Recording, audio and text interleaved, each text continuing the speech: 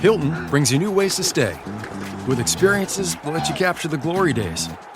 Introducing the Graduate Hotels. Each inspired by local college towns, these stays are always original and never boring. Get in touch with traditions all across the country and enjoy a stay that's a class above the rest. Book at Graduate Hotels with Hilton Honors Points at Hilton.com. It's a win-win. Hilton, for the stay.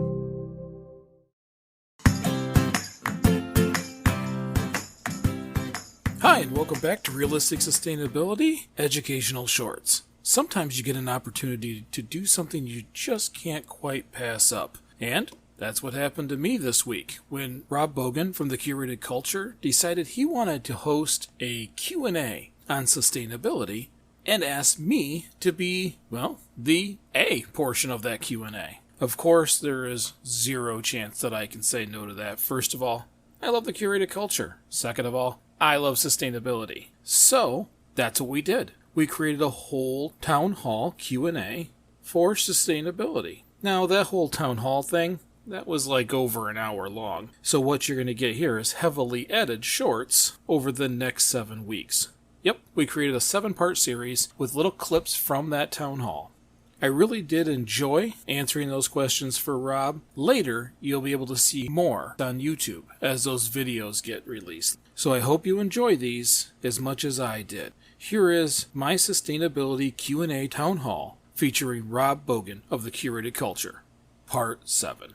All right, so you've answered most of my questions, most of everybody's questions about the what's in it for us. But as with most things, when you start trying to convince people that this is the way to go, it immediately turns to how much is this going to cost me? So the next question is, as a nation, do we have the money to move towards sustainable living, or at the very least to curb climate change? Okay, well, I'm going to start with a small scope, and then we're going to open it up real quick. The small scope is the biggest thing that you're going to pay for is your electrical grid. And they say it's going to cost $1 to $2 trillion over a long period of time. I think it was a 10-year cycle, which I don't think we can wait 10 years. That's a lot of money if you don't think about how much money you lose every time the power goes out. If you don't account for every time we have a hurricane and how hurricanes are getting bigger and stronger and floods are happening more and more, we can lose anywhere between $200 and $500 billion during a major hurricane.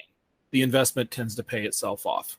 Now, the reality. Money is a man-made product. It is how we run our systems, and there is some effect to how we use it. But we have a natural issue, and people keep asking, how much will it cost? I have seen 3 different studies ranging from $500 billion to $50 trillion to curb climate change. Just to curb climate change, not even become sustainable as a nation. That's a big window.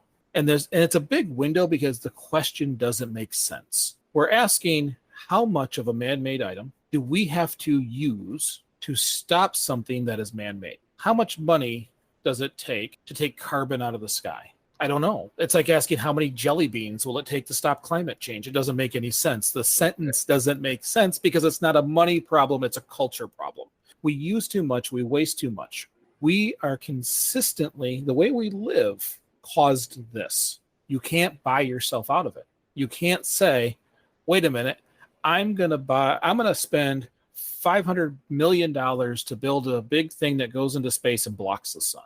Won't matter.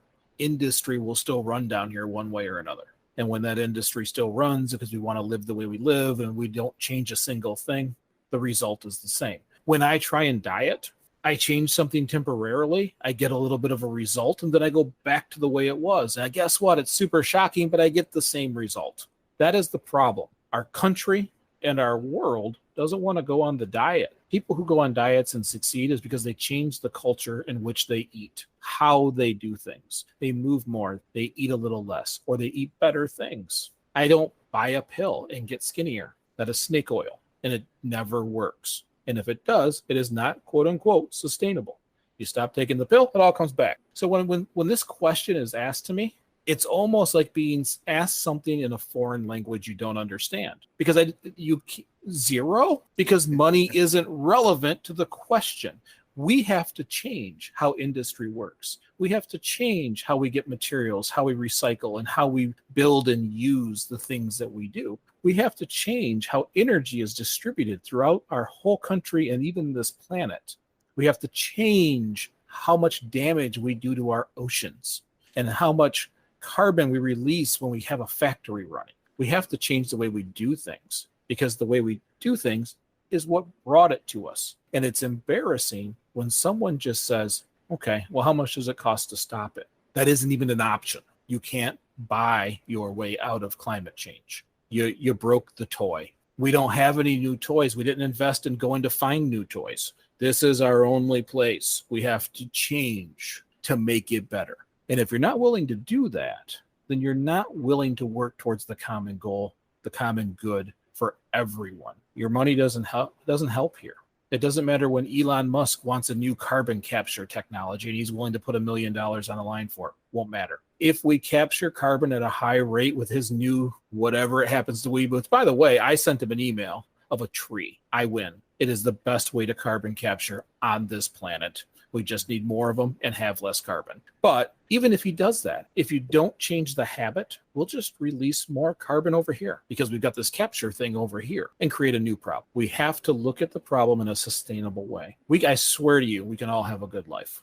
We can all live a high-tech, happy, carefree, free life and still live sustainably. So we've covered a ton of ground in such a small amount of time.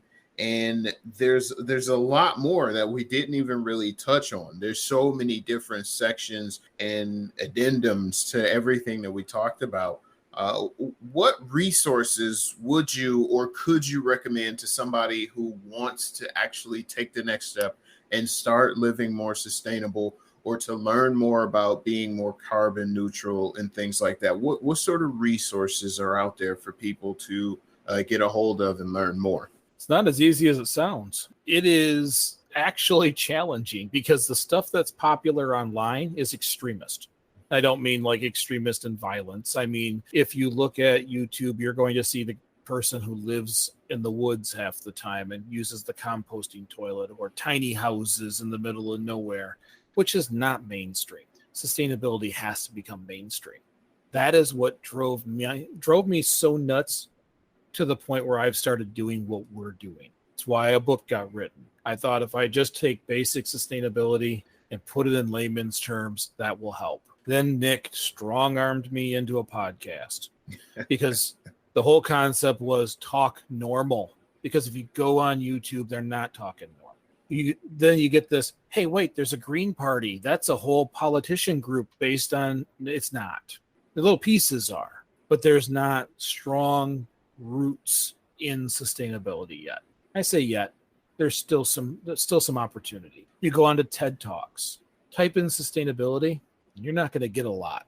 So it is very challenging. There's a couple of books that I read, and I know I said books. Sometimes that makes me sound old. Multiple. But I like to hold a book. One of them was Cradle to Cradle, which is taking away from that cradle to grave concept of a product. The book isn't even made of paper. It's a plastic polymer that can be recycled back to its original form over and over and over again. This is a book that changed how I could look at things. It changed my perception. It's, what is it? Do you take the red pill or the blue pill? And that book, and I don't remember which pill. You got to tell me which pill was the reality, because I don't remember. It's been too long, and there's a new Matrix coming. Okay, the blue pill, that's important. If you read books like Cradle to Cradle or Upcycle, which is another one, it's that blue pill. It helps you see things that you never thought about before. You're starting to look at shoelaces and you're going, oh my, that is cotton that has been stretched and strengthened with polymer, with plastics and polymers, and it's coated, and they run through this factory process and that factory process. Oh, then they got to have anglets put on the end, and you got to have those put on there. You start seeing the processes when you read books like that. And hopefully if you read Green in Your Life, you get some of that. I don't try to get too deep into it because it is challenging at times. but you start looking at the life cycle of a product. You don't think about how everything starts as a raw material and all the energy it takes, which I always talk about as embodied energy. Those books do a good job helping you with those in pieces all over the book. I also am a huge fan of David Attenborough. David Attenborough, it doesn't matter what you watch with him in it, you're going to feel him. You're going to feel his love for this planet. And even if you're just watching for some of his older stuff where he was just exploring, it gives you that feeling, that connection with the planet that makes you want to learn a little more. And there's value in that. But his most recent documentary, A Life on Our Planet, that hits hard. Brilliant.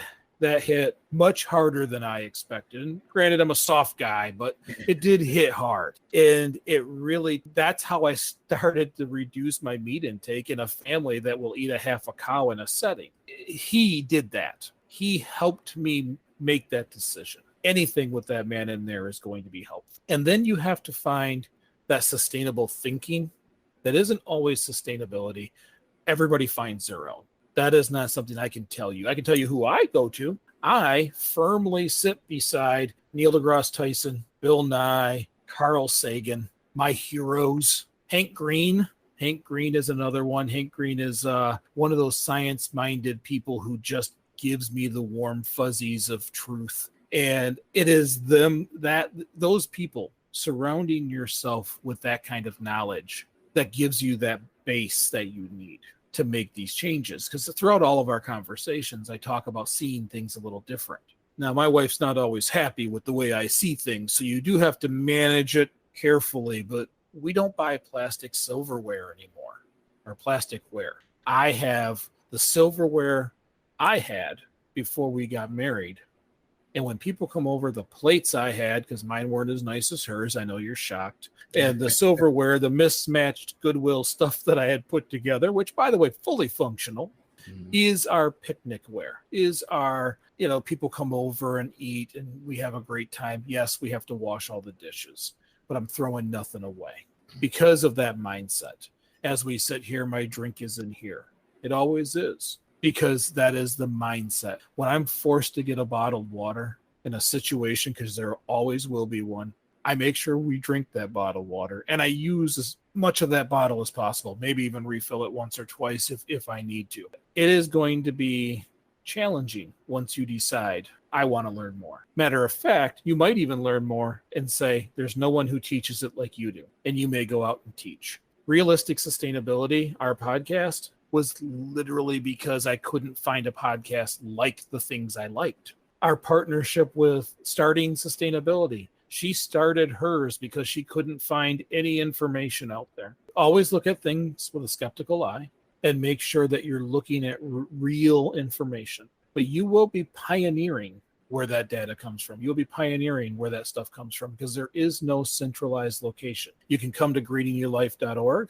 That's where you'll get the podcast. You'll see some of our social programs like the Edible Landscape Project here in Durant, Michigan. You'll find other podcasts, friends of our group, and I'm trying to slowly kind of create a hub of places where people can go learn the right things. So if you find an all-encompassing, this is the place for all sustainability, send it to me. Because I feel like this is a subject, because it's been ignored for so long, is still in its infancy. Things are still being defined. You asked me the very first question, what is sustainability? And I had to start with, it's debated, or there's a different answer depending on where you're at and what you're looking at. So if you are interested in sustainability, don't get frustrated. There's a lot of stuff out there. Learn it, understand it, make the changes that fit you. Do not let a YouTube channel, me, anybody else tell you how you're going to make that change.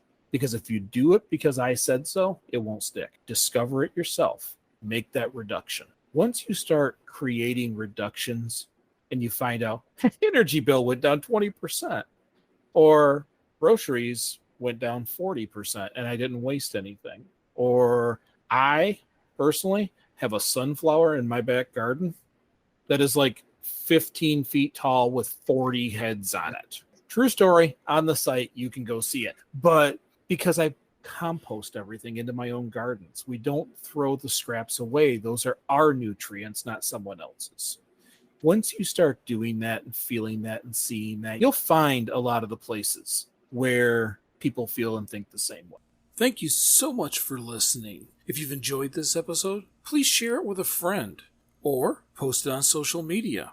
If you'd like to do a little more for realistic sustainability, you can become a monthly sustainer for as little as 99 cents a month on our Anchor site, or you can find out more on greeningyourlife.org/podcast.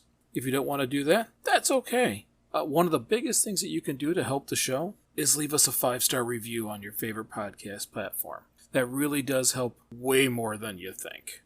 Thank you so much again for listening, and we'll see you next week.